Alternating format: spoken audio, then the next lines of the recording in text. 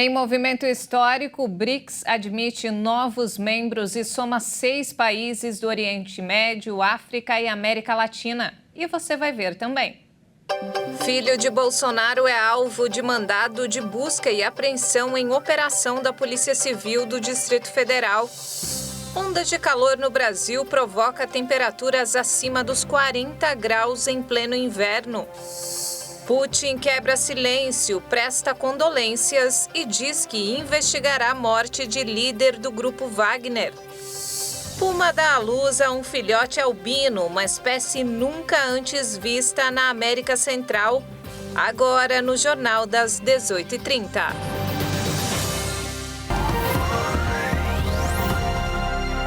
Olá, boa noite. São 18h33 pelo horário de Brasília e você acompanha agora as principais notícias do Brasil e do mundo desta quinta-feira. No último dia da cúpula do BRICS em Joanesburgo, na África do Sul, os líderes anunciaram a entrada de 6 novos países. Argentina, Irã, Arábia Saudita, Egito, Etiópia e Emirados Árabes Unidos foram convidados a entrar no bloco.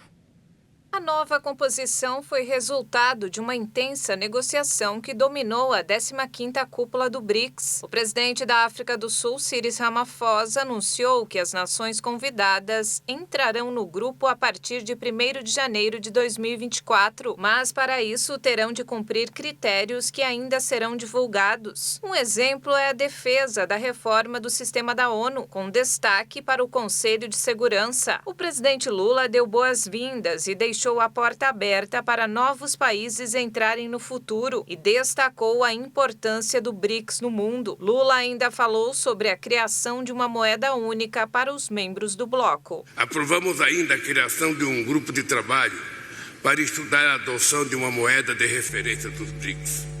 Essa medida poderá aumentar nossas opções de pagamento e reduzir nossas vulnerabilidades.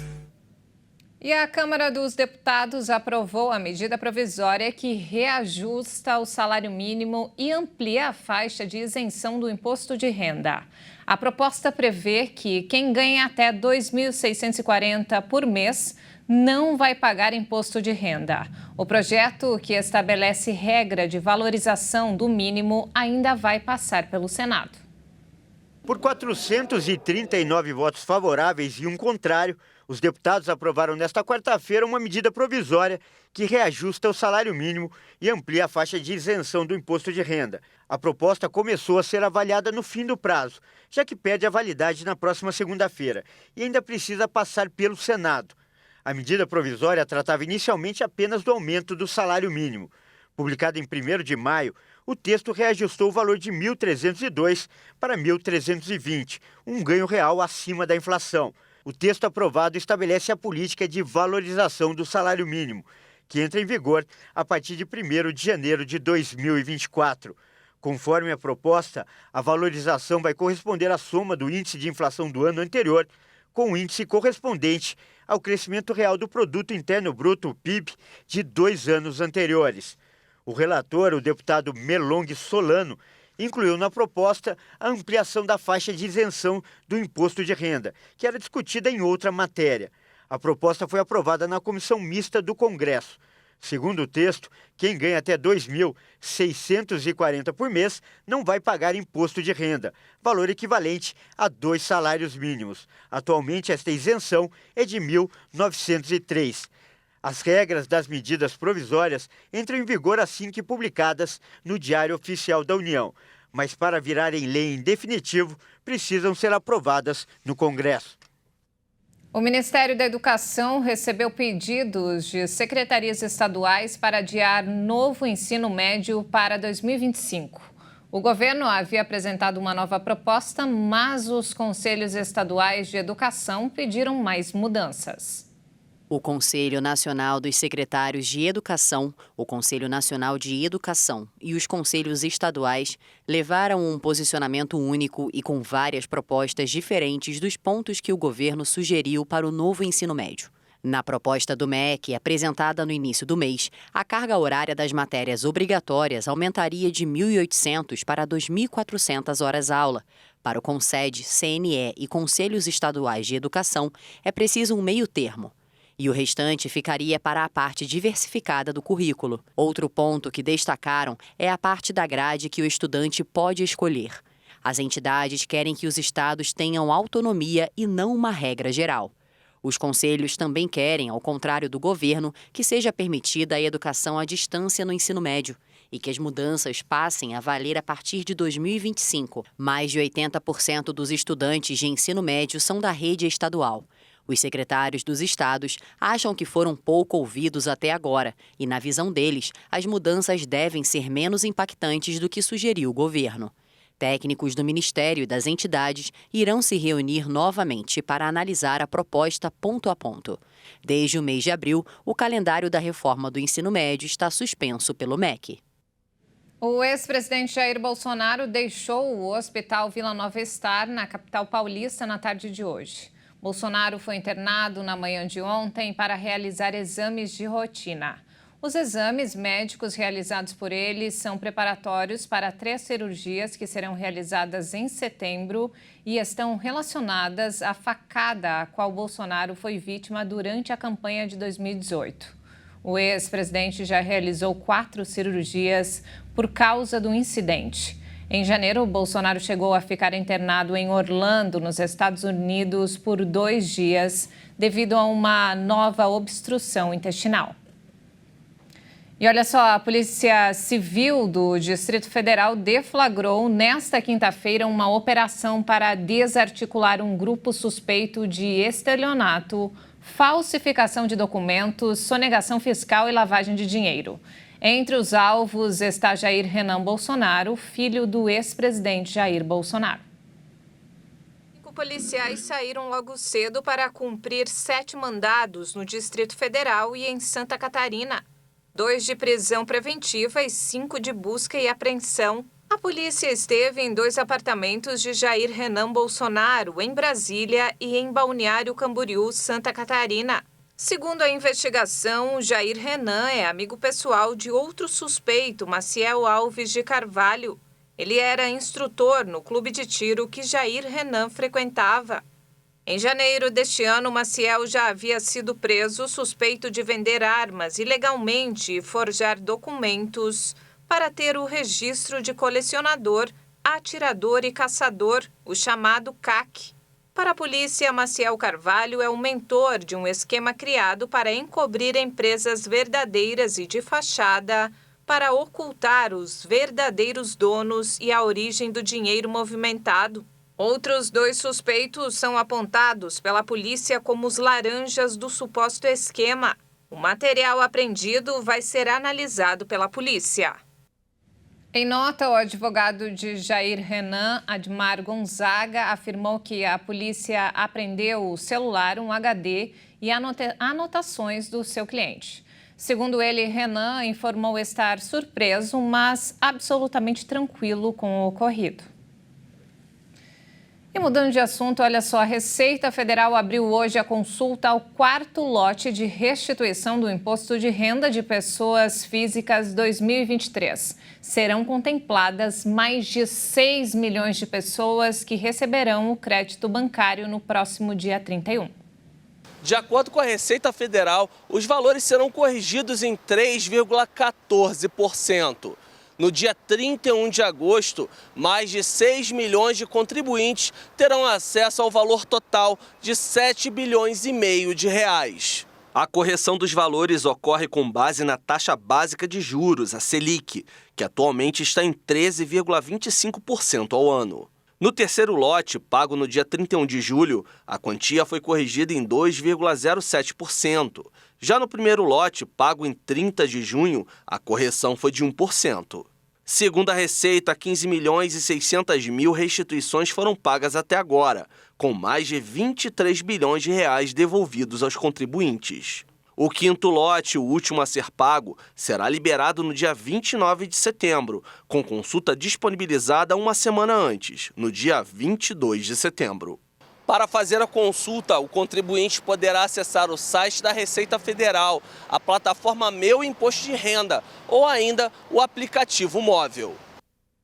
Vamos agora ao mercado financeiro. O dólar fechou em alta nesta quinta-feira em um movimento de leve correção após uma queda expressiva na véspera. Ao final da sessão, a moeda norte-americana subiu 0,51% e encerrou o dia cotada a R$ 4,87 na venda. E olha só, a possibilidade de mudanças no uso do cartão de crédito levanta polêmica entre os comerciantes da Rua 25 de Março. Na região mais famosa de comércio popular de São Paulo, mais da metade das compras são parceladas. Olha só, por aqui 60% das compras são feitas parceladas no cartão. Essa é uma estimativa de Jorge Dib, que é diretor da Univinco, a União dos Lojistas, aqui da Rua 25 de Março, que diz que limitar esse tipo de operação, como foi sugerido pelo presidente do Banco Central, Roberto Campos Neto, pode sim afetar as vendas por aqui.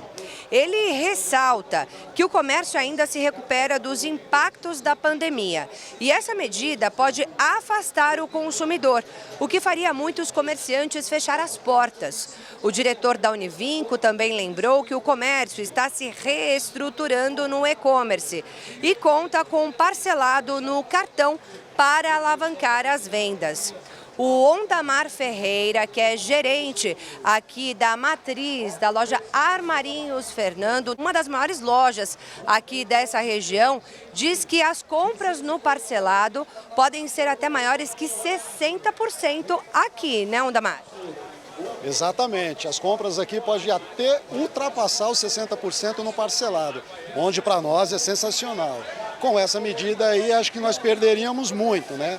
Nós até já providenciamos agora uma nova medida que, caso essa medida venha acontecer, do nosso cartão não bandeirado, para que nós continuamos, no caso, com os grandes parcelamentos. Tá certo, Ondamar, obrigada pelas suas informações. E a gente lembra que foi em uma audiência no Senado que o presidente do Banco Central afirmou que estuda criar aí alguma tarifa para desincentivar as compras no cartão em muitas parcelas.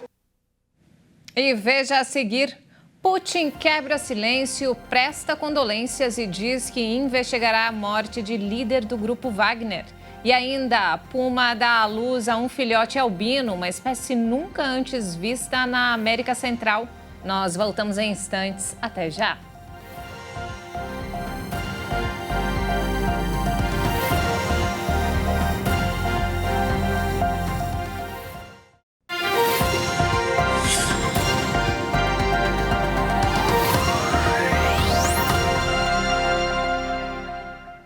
E nós estamos de volta, 18 horas e 47 minutos pelo horário de Brasília. E vamos agora direto ao Rio de Janeiro com informações desta quinta-feira com o nosso repórter Anderson Nascimento. Boa noite, Anderson.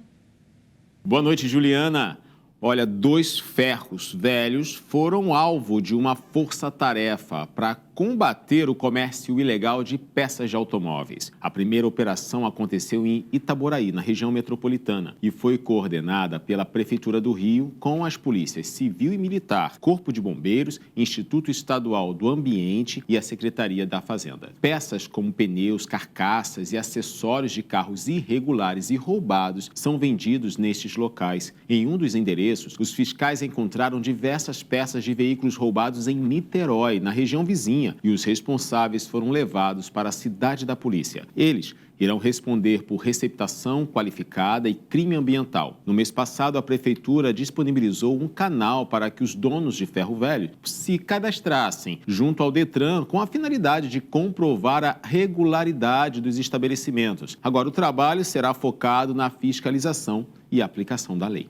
E o calçadão de Copacabana foi palco de uma confusão generalizada na última madrugada. Torcedores do Olímpia, do Paraguai, se envolveram em uma briga com a torcida do Flamengo, na orla da praia. A rivalidade entre os dois clubes vem desde as oitavas de final, quando o clube paraguaio eliminou o rubro-negro na Libertadores. Na confusão, agentes da Polícia Militar agiram para coibir a briga, agredindo os envolvidos com cacetete. O Olímpia enfrenta hoje o Fluminense pelas quartas de final na competição no Maracanã.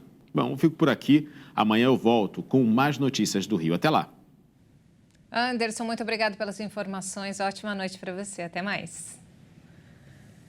E o Brasil está vivendo uma onda de calor em pleno inverno. Em algumas cidades, os termômetros ficaram perto dos 40 graus ou acima deles, superando registros históricos para o mês de agosto.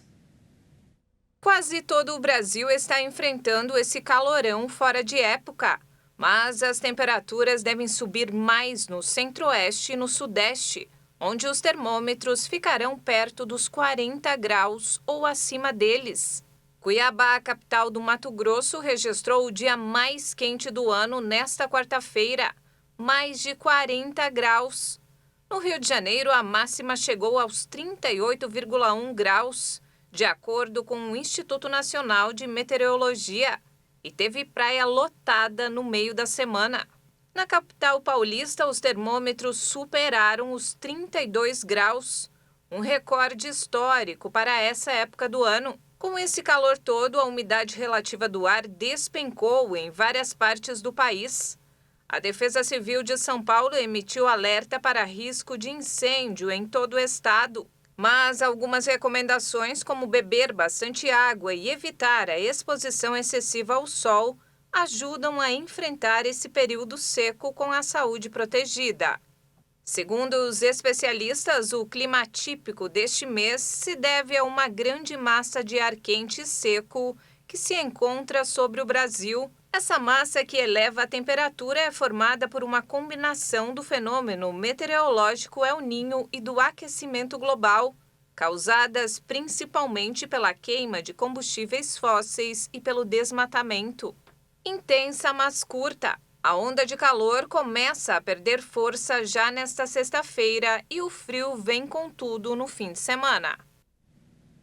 E nos destaques internacionais, quase 24 horas após a morte do líder do grupo Wagner, Yevgeny Prigozhin, vítima de uma queda de avião em Moscou, o presidente da Rússia, Vladimir Putin, rompeu o silêncio sobre o caso. O presidente russo fez um discurso televisionado desejando condolências à família do líder do grupo de mercenários. De acordo com Putin, Yevgeny Prigozhin era uma pessoa com um destino complicado e cometeu erros graves na vida, mas também procurou alcançar os resultados necessários.